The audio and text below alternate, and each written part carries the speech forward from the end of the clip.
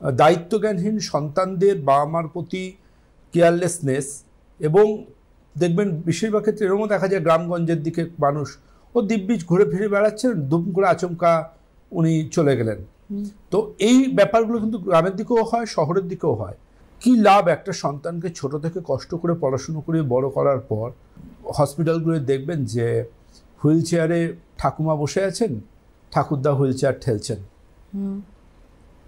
অথবা ঠাকুরদা বসে আছেন, ঠাকুমা হুইল চেয়ার ঠেলছেন। তো এই দৃশ্য তাদের জীবনের সারা জীবন নিংড়ে সন্তানকে লেখাপড়া শিখিয়ে তাদের সন্তান হয়তো এমএনসি বা অ্যাডমিন বা বিশাল জায়গায় বিশালভাবে প্রতিষ্ঠিত, কিন্তু তাদের মা বা বাবা পরলোকে যাওয়ার দিন গুনছেন।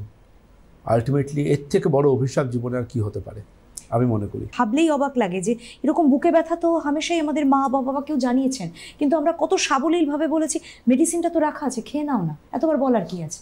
কি আশ্চর্য! অথচ আপনার ছোটবেলা যখন আপনার সামান্য জ্বর সর্দি কাশি হতো, তাদের যে ভূমিকাটা কি হয়েছে, মাথায় হাত বুলিয়ে দিয়ে যে তাদের এই যে অনুভূতিটা আমাদের সাথে শেয়ার করা, যেন তার কষ্টটা ছোট ছেলেমেয়ের কষ্টটা বের করে নিয়েছে। সত্যি অসাধারণ আজকে বিষয়টা স্যার। আপনার কাছ থেকে আমরা এরকমভাবেই সচেতনতাকে মানুষের ভেতর দিয়ে উপলব্ধির জায়গায় এনে দেয়।